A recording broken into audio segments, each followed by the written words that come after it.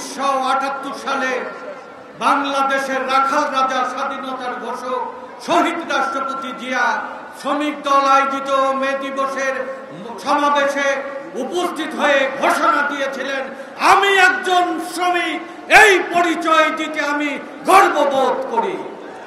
আর 1991 সালে তৎকালীন ছাত্র গণবিপ্লবের পরে দেশনেত্রী বেগম খালেদা জিয়া শ্রমিক সমাবেশে উপস্থিত হয়ে ঘোষণা দিয়েছিলেন, আমি একজন শ্রমিকের সহধর্মী। এ কারণেই বাংলাদেশের শ্রমিকের অন্তরের মা, নয়নের মণি হিসাবে আজকে স্বীকৃত। তারই পরম্পরায় শহীদ জিয়া, খালেদা জিয়ার উত্তরাধিকার বাংলাদেশের প্রাণ তারেক রহমান 2 বছর আগে থেকে এই শ্রমিকদেরকে সংগঠিত করার জন্য পথে প্রান্তে প্রতিটি কর্মসূচি সে মনিটরিং করছিল। তারপরে তাকে 2 বারই আমরা প্রস্তাব দিয়েছিলাম, উনি বলেছিলেন বিশেষ সময় শ্রমিকদের সমাবেশে আমি অংশগ্রহণ করব। 2025 সালের মে দিবসে পরম্পরার নেতা তারেক রহমান এই সমাবেশে অভিষেকের মাধ্যমে বাংলাদেশের 18 কোটি মানুষের 12 কোটি ভোটারের 7 কোটি 35 লাখ শ্রমজীবী মানুষের অন্তর আজকে জয় করার জন্য আসছেন। শহীদ জিয়া, খালেদা জিয়ার পরে তারেক রহমান প্রধান অতিথি হিসাবে। তার এই বক্তব্য আমরা ধৈর্য ধরে শুনব। আমি আজকের এই সভার আমি প্রস্তাবগুলো পাঠ করছি। মে দিবস দিচ্ছে ডাক, স্বৈরাচার নিপাত যাক।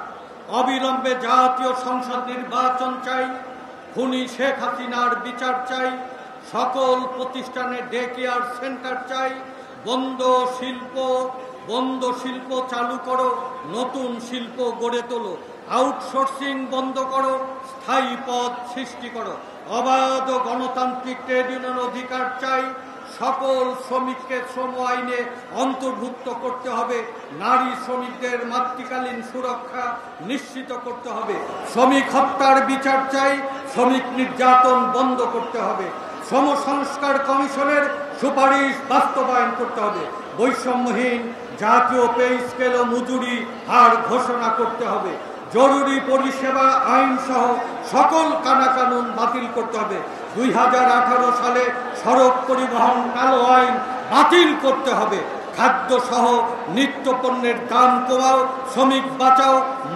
মানুষ বাঁচাও, সকল শ্রমিকের ডাটাবেস তৈরি করে অন্যান্য বাহিনীর মতো বাংলাদেশের সম্পদ এবং পণ্য সৃষ্টিকারী শ্রমিকের রেশনিং ব্যবস্থার আওতায় আনতে হবে। সবশেষে প্রবাসী শ্রমিকদের সমস্যাদি সমাধানের জন্য সরকার এবং দূতাবাস সমূহকে উদ্যোগী এবং কার্যকর ভূমিকা পালন করতে হবে।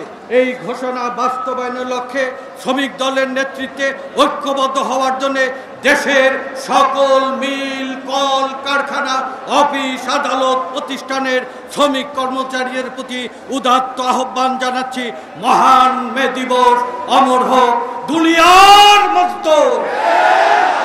এই দাবির প্রতি যদি আপনাদের সমর্থন থাকে 2 হাত তুলে আপনারা জানাবেন।